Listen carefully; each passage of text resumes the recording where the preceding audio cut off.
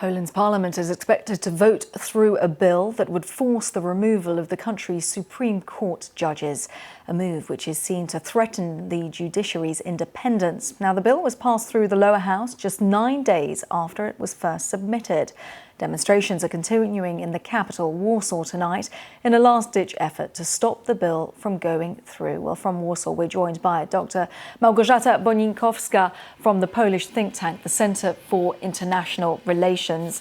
Dr. Bonikowska, thank you very much for your time. This has proved to be incredibly unpopular. We've seen thousands of people on the streets, yet the governing Peace Party, the Law and Justice Party, is saying that they need to do this to break the elite of the ruling judges.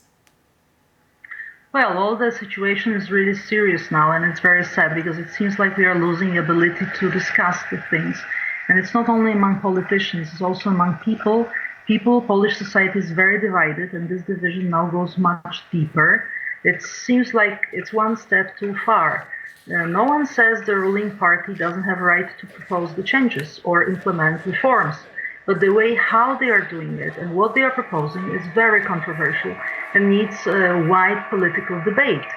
But the government is not open to that. So the question would be, how are we able to build the community, and how are we able to live under the one roof if we just want to accept one point of view? And the Polish society has a very difficult history, complicated history, and there are people who think in many different ways here.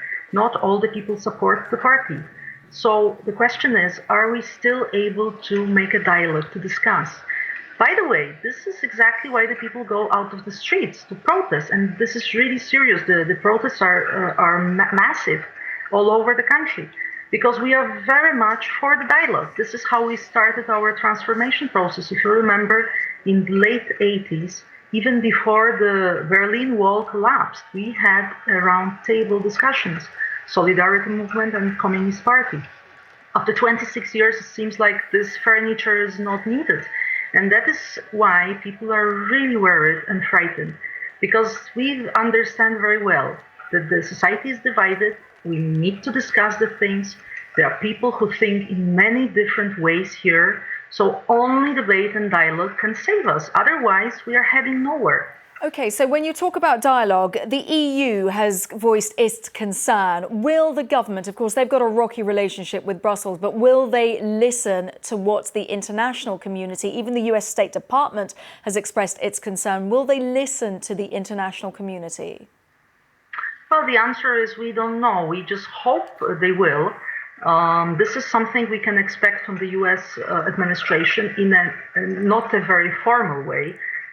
Somehow behind the scenes this can happen, and definitely happening, this push for sitting together, discussing the things with the opposition also.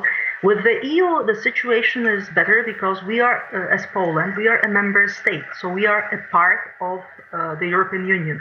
It means that it's not really a foreign country or organization for us. We are a part of this organization. We are part of all the EU institutions. And of course, for the European Union, it's a very serious challenge now, because one of the member states doesn't behave in the way all the others do. So the question would be what the European Union institutions can do. There are many methods.